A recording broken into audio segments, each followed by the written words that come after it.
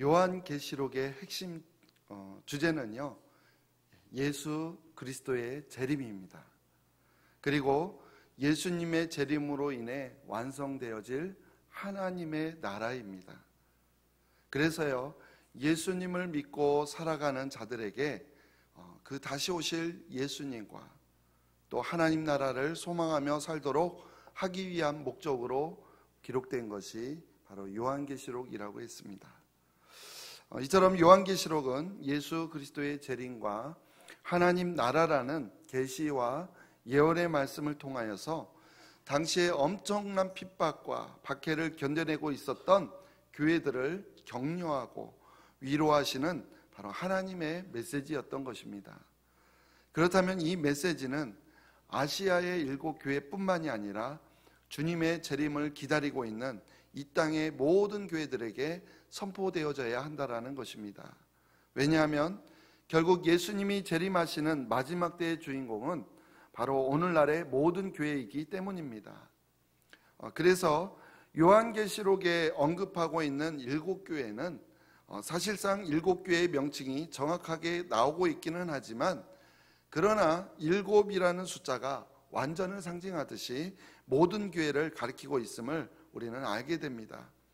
이것은요, 7교회에 보내는 편지의 결론부에 반복적으로 사용되고 있는 문장을 통해서도요, 우리가 확인할 수가 있습니다.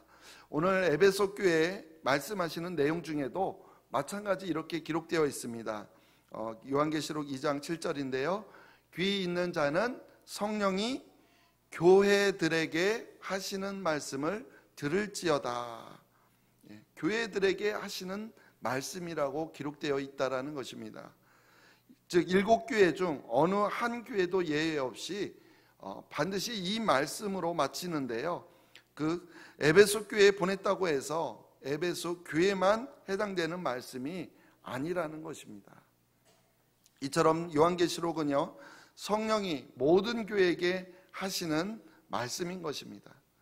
또한 7교회에 보낸 서신이 각각 따로 써서 보낸 것을 나중에 하나로 합친 것이 아니라 7교회에 할 말들을 모두 처음부터 한 두루마리에 기록하여서 보낸 편지라는 사실입니다.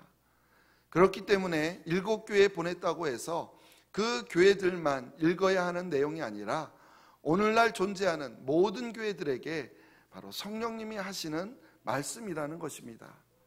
그래서요, 오늘 본문인 에베소 교회에 전하는 메시지를 통해서 바로 에베소 교회뿐만이 아니라 마지막 때인 이 시대를 견디고 이겨내고 있는 모든 교회들에게 하시는 말씀이고, 그렇기 때문에 바로 우리 신흥교회에게도 하시는 하나님의 말씀인 줄 믿습니다. 그러면 먼저 오늘 본문 2장 1절 말씀 우리 함께 읽어보겠습니다. 에베소 교회의 사자에게 편지하라. 오른손에 있는 7뼈를 붙잡고 7 금 촛대 사이를 거니시는 이가 이르시되. 아멘. 이 편지의 수신자는 에베소 교회의 사자임을 밝힙니다. 이 사자는 누구를 말하는 걸까요? 이 사자는 교회를 보호하고 지도하기 위해서 주님이 보내신 영적인 지도자를 의미합니다. 본래 에베소 교회를 세운 지도자는요, 사도 바울이었습니다. 2차 선교 여행을 마치고 돌아가던 길에 바울은 고린도에서 만난 아굴라와 브리스길라 부부와 함께 에베소로 건너갔습니다.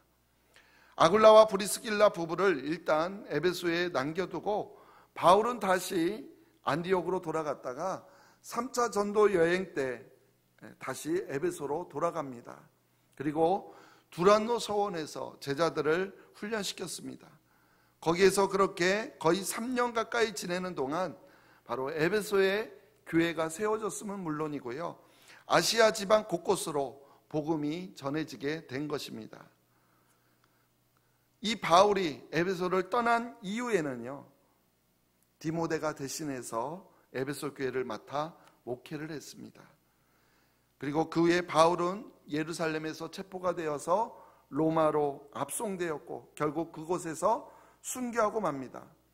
그리고 디모데도요, 전승에 의하면 에베소에 있는 5월 아데미 축제 때 복음을 전하다가 군중들이 몽둥이에 맞아 순교를 했다고 합니다. 그러다가 그 후에요, 주 60년대 후반쯤에 로마의 박해를 받기 시작하는 그런 혼란 속에서 사도 요한이 에베소의 예배소 교회를 섬기게 됩니다. 그러다가 그의 목회 말년에 이곳 반모섬으로 유배되어 왔고 또 중노동을 하고 있는 중입니다. 그러니까 에베소 교회는요, 사도 바울 또 디모데 그리고 사도 요한 같은 바로 굵직굵직한 목회자들이 섬기던 교회였습니다. 이처럼 에베소 교회는 아시아 지방 모든 교회, 모교회라고 할 수 있고요, 또한 지역 복음화에 앞장섰던 하나의 센터라고, 복음센터라고 할 수 있었습니다. 요한계시록을 기록하던 당시에 에베소 교회를 섬기던 목회자가 누구인지는 알 수 없습니다. 그러나 누가 되었든지 중요한 것은 바로 그 사자를 세운 분이 주님이시라는 사실입니다. 오른손에 7뼈를 붙잡고 7 금촛대 사이를 거니시는 이가 바로 예수님, 주님이십니다. 7뼈는요, 7교회의 사자라고요, 바로 주님께서 직접 말씀하셨습니다. 그 말이 요한계시록 1장 20절에 예수님께서 직접 말씀해 주신 내용입니다. 한번 읽어볼까요? 내가 본 것은 내 오른손에 7뼈의 비밀과 또 7 금촛대라. 7뼈는 7교회의 사자요, 7촛대는 7교회니라. 아멘. 여기에 직접 말씀해 주시죠. 7뼈는 뭐라고요? 7교회의 사자라고 말씀하고 있고요, 그리고 7촛대는요 7교회, 별은 사자이고요, 촛대는 교회를 말합니다. 그래서 오른손에 7뼈를 붙잡고는 주님께서 교회의 사자, 즉 영적 지도자를 꼭 붙잡고 계신다라는 것입니다. 결국 교회의 영적인 지도자는 자신이 주님으로부터 보냄을 받은 사람이라는 사실을 결코 잊어서는 안 됩니다. 우리 성도들도 마찬가지입니다. 교회를 섬기는 목회자가 주님이 보내신 메신저라는 사실을 결코 잊어서는 안 됩니다.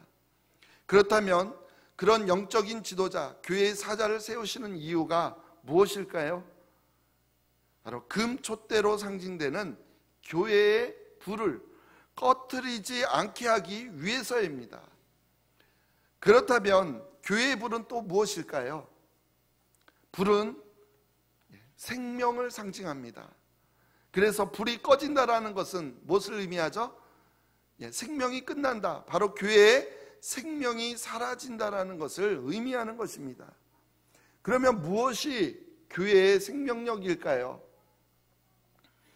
저는요, 교회가 교회답고 성도가 성도다운 것이 바로 교회의 생명력이라고 생각합니다. 교회가 교회다워야 생명력을 유지할 수 있는 것이고요, 교회가 교회답지 못하면 이미 생명력을 잃어버린 것입니다. 교회 안에 정말로 구원의 감격과 기쁨이 있고 또 예수 그리스도의 생명이 흘러넘치고 세상에 하나님 나라를 보여줄 수 있는, 그래서 세상에 선한 영향력을 끼치는 그런 성령 충만한 교회가 진정한 교회다운 교회일 것입니다. 그러나 그 무엇보다도 진정한 교회다움은요, 오직 주님께서 그 교회를 붙들고 계실 때 가능합니다. 바로 우리 주님께서 이렇게 7뼈를 붙잡고 7 금촛대 사이를 거니시기 때문에 지금도 교회의 불이 꺼지지 않는 생명력을 잃지 않고 있는 것입니다. 예수님께서는 우리 신흥교회를 위해서도 영적인 지도자들을 붙잡고 계시고 또 생명력 있는 교회다움을 유지하기 위해서 지금도 지켜주시고 보호해 주신다라는 사실입니다. 근데 이렇게요, 에베소 교회에 편지에 보내는 이 편지의 서두에서 발신자인 예수 그리스도를 오른손에 7뼈를 붙잡고 7 금촛대 사이를 거니시는 이 이렇게 묘사하는 데에는요, 특별한 이유가 있습니다. 그것은 거짓 사도를 걸러내야 하는 진통이 바로 에베소 교회에 있었기 때문이었습니다. 먼저 주님은요, 에베소 교회 성도들을 칭찬하고 격려하는 말씀부터 말씀하고 계십니다. 우리 오늘 본문 말씀 2절 3절 말씀 같이 한번 읽어볼게요. 내가 내 행위와 수고와 내 인내를 알고 또 악한 자들을 용납하지 아니한 것과 자칭 사도라 하되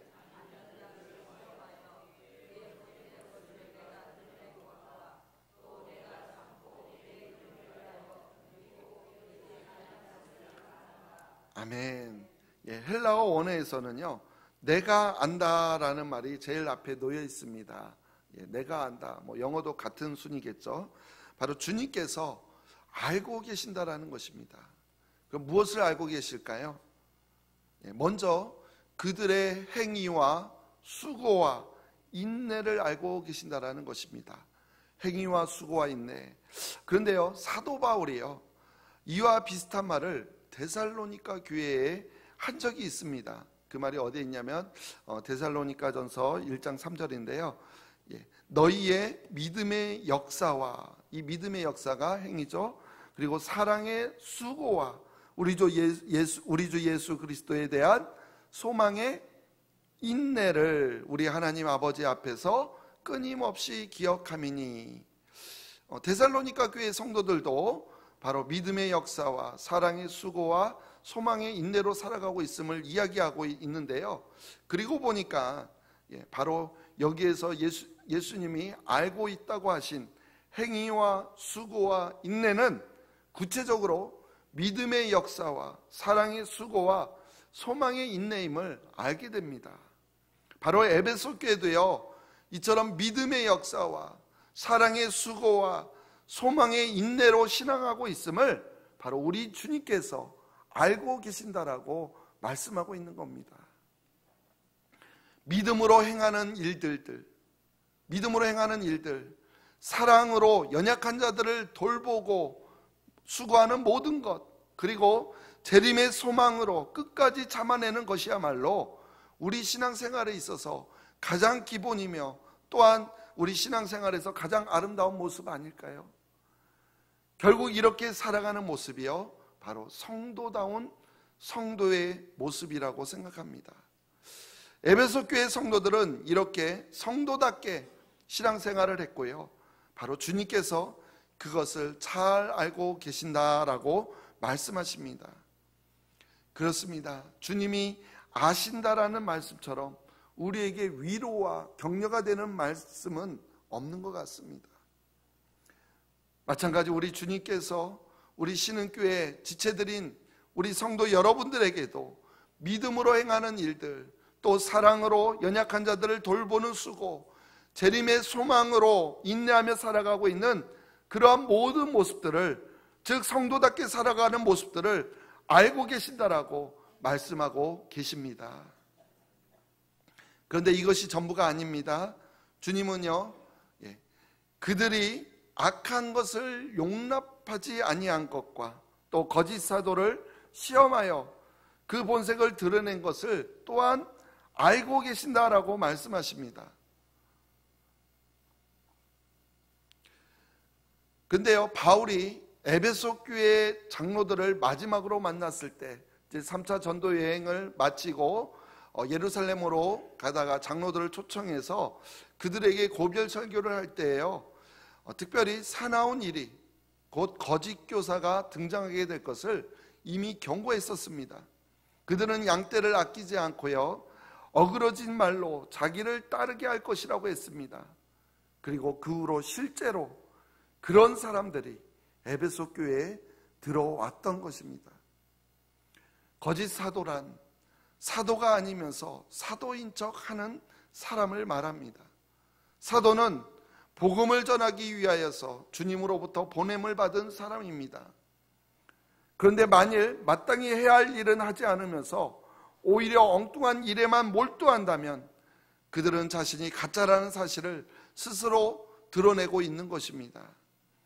그런데요, 거짓 사도가 가장 열심을 내어 하는 일이 무엇인지 아십니까? 그것은 진짜 사도를 폄하하여서 깎아내리는 것입니다.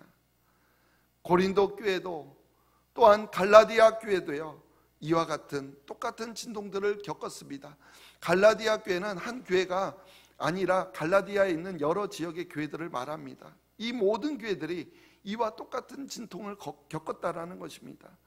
바울의 사도직을 비판하면서 성도들을 선동하는 그런 사람들이 바로 교회에 들어온 것입니다.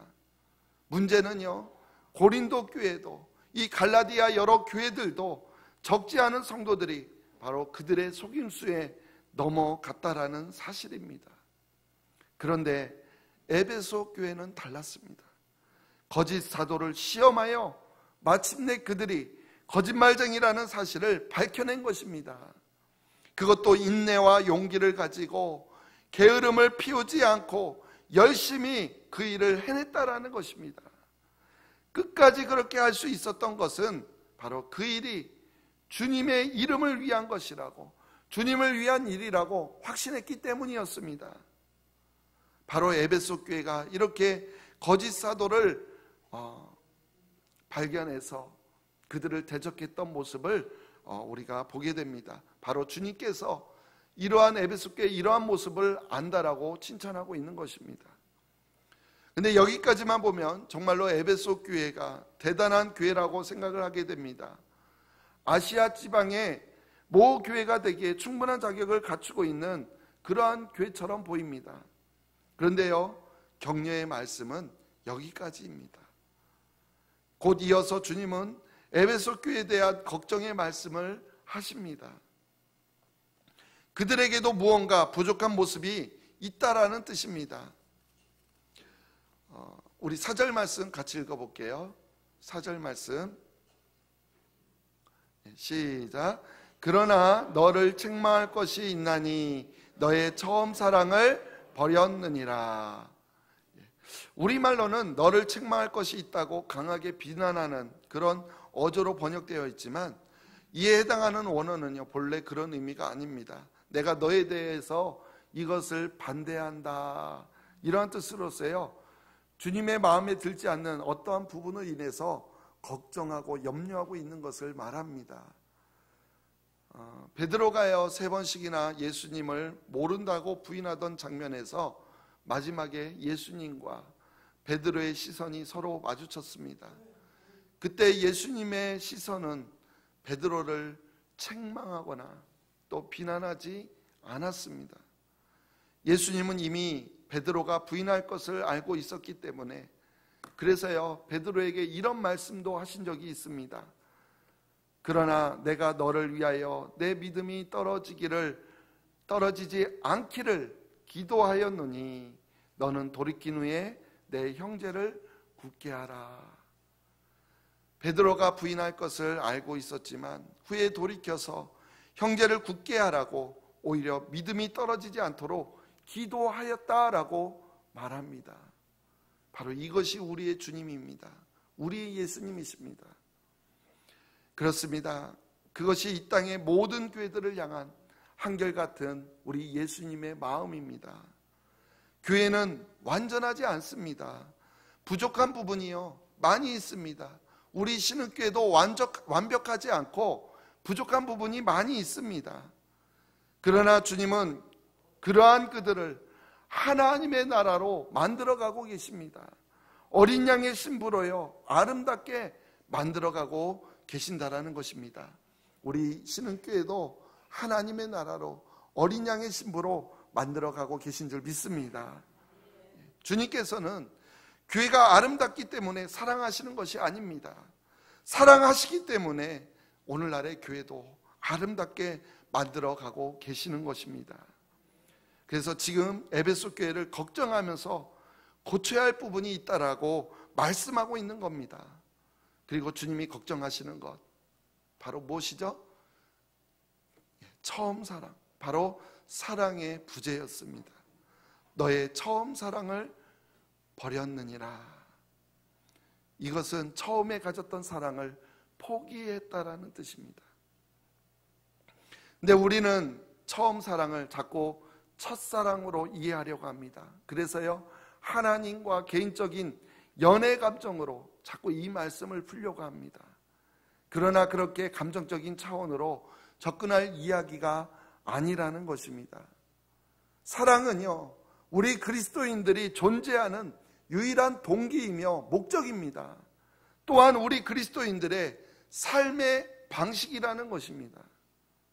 하나님이 먼저 우리를 사랑하심으로 우리도 하나님을 사랑하게 된 것 아닙니까? 제일 먼저 뭐로 시작했습니까? 사랑으로 시작했습니다. 그래서 십자가에 죽기까지 우리를 사랑하신 그 예수님을 우리는 그리스도로, 나의 구주로, 나의 주님으로 믿게 된 것 아닙니까? 그래서 나의 주님이신 예수님이 서로 사랑하라 말씀하셨기에 우리는 그 명령에 따라서 우리는 사랑으로 섬기고, 또 사랑으로 일하고, 사랑으로 구제하고, 또한 사랑으로 복음을 전하며 살아가고 있는 것입니다. 이처럼 교회는요, 처음부터 끝까지 사랑이어야 합니다. 우리에게 사랑이 없으면 우리는 아무것도 아닙니다. 우리 고린도전서 13장 2절 말씀 같이 읽어볼게요. 내가 예언하는 능력이 있어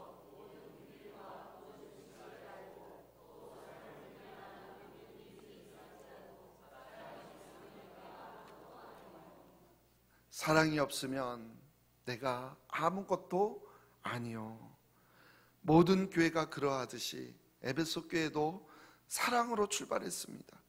믿음의 지체들이 사랑으로 날마다 더해졌고, 또한 믿음의 공동체가 사랑으로 자라났습니다. 지금까지 수많은 일들을 사랑으로 잘 감당해내었고, 그래서 아시아 지방의 가장 모범적인 교회가 되었습니다. 그런데 이제는 주님께서 그러한 에베소 교회를 걱정하고 있는 것입니다. 처음 사랑을 버렸다. 바로 처음 사랑을 포기했다라고 말합니다. 도대체 에베소 교회에 어떠한 일이 있었기에, 무슨 일이 있었기에 그렇게 된 것일까요? 아이러니하게도 그것은요, 바로 앞에서 언급했던 거짓 사도를 걸러내는 일과 상관관계가 있습니다. 에베소 교회는 거짓 사도를 시험하여서 그들이 거짓말쟁이라는 사실을 밝혀냈습니다. 주님을 위한 일이라고, 주님의 이름을 위하는 것이라고 확신을 가지고 끈기와 용기를 가지고 끝까지 싸워서 그 일을 해냈습니다. 비록 진통은 있었지만 마침내 교회를 지켜낸 것입니다. 그런데요, 그렇게 거짓 사도와 치열하게 싸우느냐고 그만 처음 사랑을 포기해버린 것입니다. 믿음의 공동체인 교회가 존재하는 사랑의 동기와 목적, 그리고 삶의 방식을 잃어버린 것입니다. 거짓 사도와의 전쟁에서는 멋지게 승리했지만 교회의 가장 중요한 보물인 사랑을 잃어버린 것입니다. 그래서 에베소 교회는 무덤덤한 표정과 사나운 말투만 남게 된 것입니다.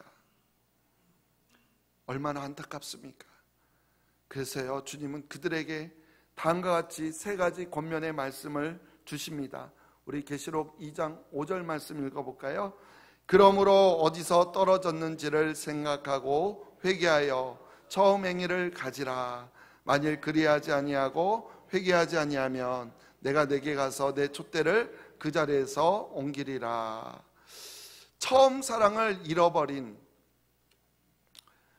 이 에베소 교회를 향하여서 주시는 세 가지 권면, 바로 생각하라, 회개하라, 그리고 처음 행위를 가지라입니다. 첫 번째 뭐라고요? 생각하라고 말씀하십니다. 생각하라는 본래 기억하라는 뜻입니다. 그럼 무엇을 기억해야 할까요? 어디서 떨어졌는지를 기억하라고 말씀하십니다. 이것은요, 우리가 본래 있어야 할 자리에서 떨어졌다라는 것입니다. 또한 사랑이 언제 사라졌는지 기억하라는 것입니다. 사랑을 하는 그 자리에서, 그 높은 곳에서 어느 순간 사랑하지 않는 바닥으로 떨어졌다라는 것입니다. 거짓 사도와의 싸움에서 이겼다고 해서 너무 좋아하지 마십시오. 만일 사랑을 잃어버렸다면 진짜 이긴 것이 아니기 때문입니다. 바로 밑바닥에 떨어진 것입니다.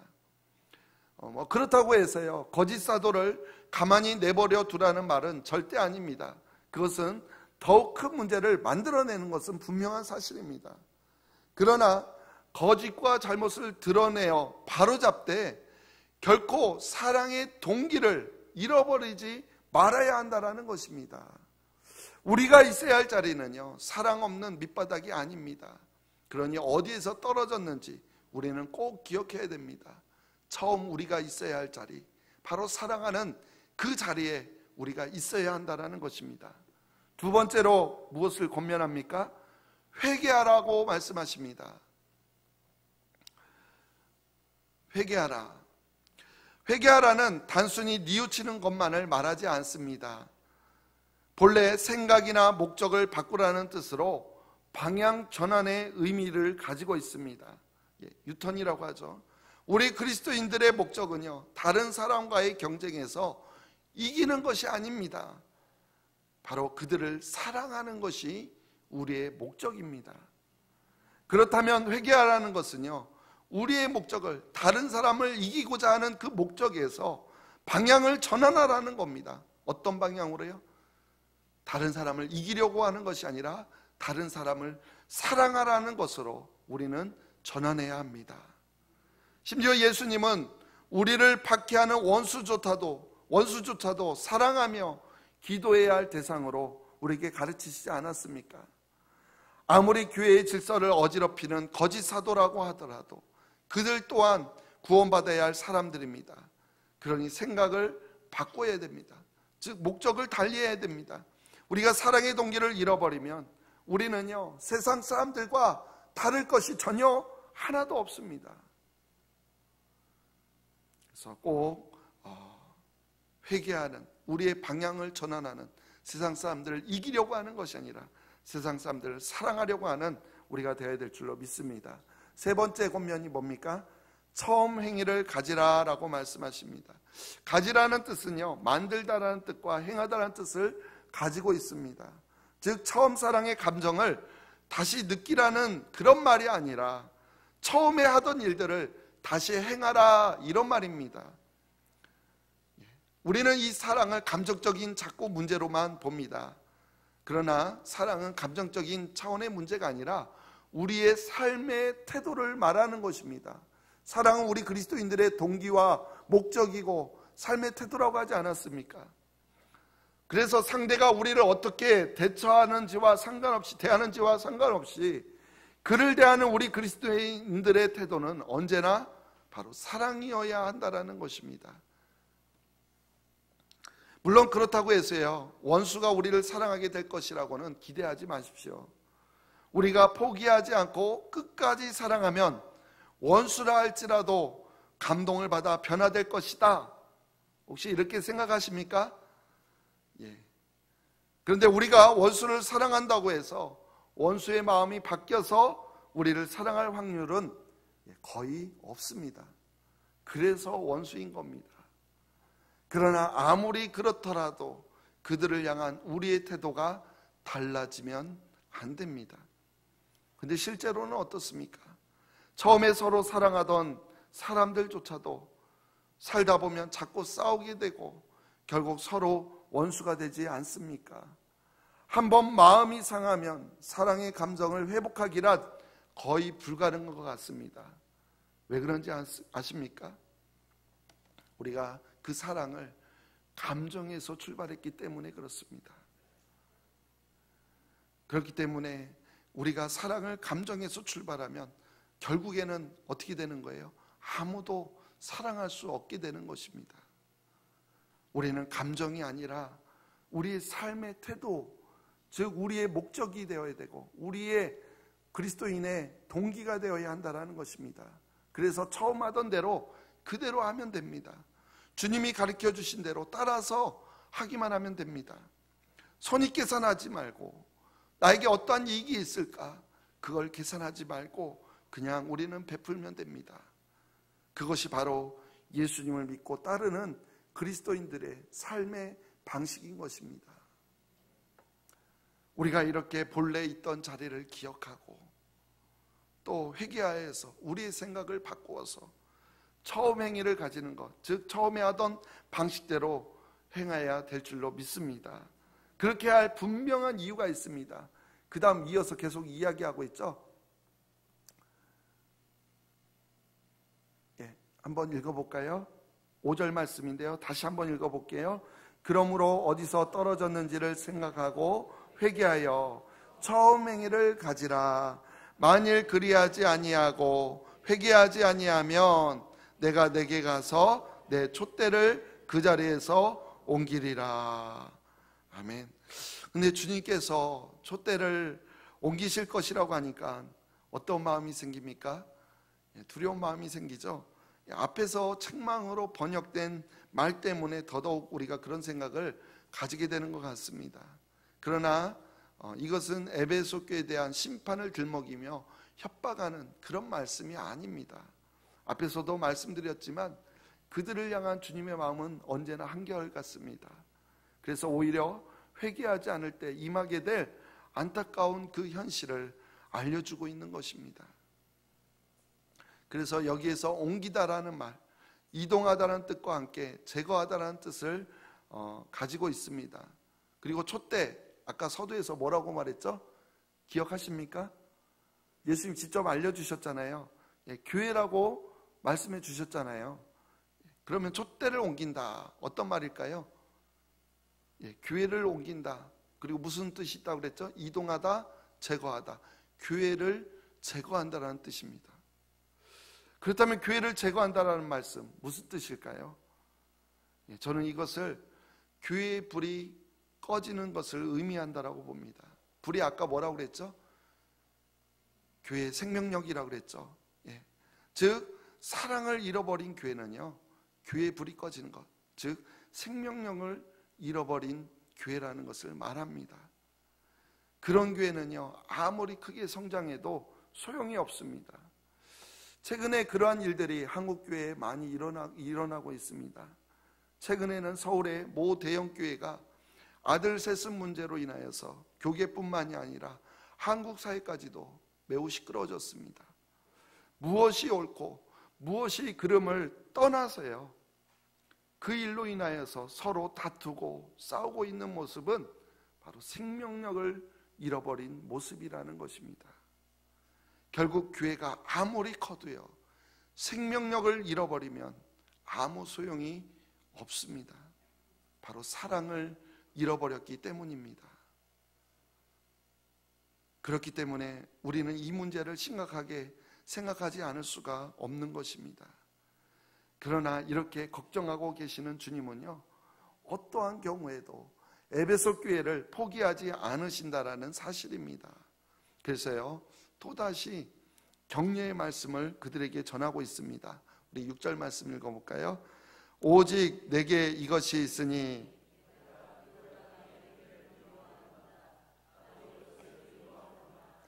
아멘. 이 니골라 당은요, 나중에 한번 더 말씀할 기회가 있지만 한마디로 말하면 일종의 도덕 폐기론자입니다. 삶이나 행함은 아무런 가치가 없고 오직 믿음만 있으면 된다라고 주장하는 그런 사람들입니다. 겉으로 보기에는 믿음이 좋은 것 같지만 그들은 그런 가치관을 갖고 있어서 그냥 아무렇게나 살아간다라는 것이 문제였습니다. 왜냐하면 그들은 오직 믿음만 있으면 된다고 생각했기 때문이었습니다. 그래서 에베소 교회 성도들은 그들의 행위를 미워했습니다. 그리고 주님도 역시 그들을 미워한다라고 말씀하십니다. 근데요, 여기에서도 미움의 대상은 행위이지 사람들이 아니라는 것입니다. 니골라 당의 행위를 미워하는도다. 우리는 이것을 주목해 봐야 합니다. 에베소 교회는요, 잘못된 믿음과 절대로 타협하지 않았습니다. 그것은 정말로 잘한 일입니다. 그러나 역시 사랑을 잃어버리면 안 된다라는 사실을 우리에게 전해주고 있는 것입니다. 그래서 오늘 말씀의 결론인데요, 우리 7절 말씀 읽어보겠습니다. 귀 있는 자는 성령이 교회들에게 하시는 말씀을 들을지어다. 이기는 그들에게는 내가 하나님의 낙원에 있는 생명나무의 열매를 주어 먹게 하리라. 아멘. 7 교회에 보내는 편지의 결론 부분에 항상 등장하는 2가지 메시지가 있습니다. 하나는 서두에서 말씀드린 바로 성령이 모든 교회들에게 하시는 말씀이라는 것이고요. 다른 하나는 이기는 자에게 주시는 복에 대한 약속입니다. 그럼 이기는 자에게 어떤 복을 주신다고 말씀할까요? 먼저 이긴다라는 것은요, 정복하다, 극복하다라는 뜻입니다. 무엇을 정복하고 무엇을 극복한다는 걸까요? 누구를 싸워서 이긴다라는 뜻이 아닙니다. 외부적으로는요, 그 당시에 받고 있는 그 로마의 박해와 환난, 바로 그 환난과 시련과 그 박해를 이긴다라는 뜻입니다. 내부적으로는 이 믿음의 공동체 안에서 직면하게 되는 여러 가지 문제들을 극복한다라는 뜻입니다. 로마의 박해와 환난을 견디고 이기는 자, 교회 안의 사랑의 문제를 극복하고 처음 사랑을 다시 회복하는 자가 바로 이기는 자라고 주님께서 말씀하는 것입니다. 그렇게 주님이 다시 오실 때까지 믿음의 길을 계속해서 달려가는 것입니다. 그리고 이렇게 이기는 자에게 무엇을 준다라고 말씀하시죠? 생명나무의 열매를 주어 먹게 하시겠다라고 주님 약속하십니다. 생명나무 원래 어디에 있던 나무죠? 예, 그렇죠. 하나님께서 이 세상을 창조하실 때 에덴 동산 한 가운데 있었습니다.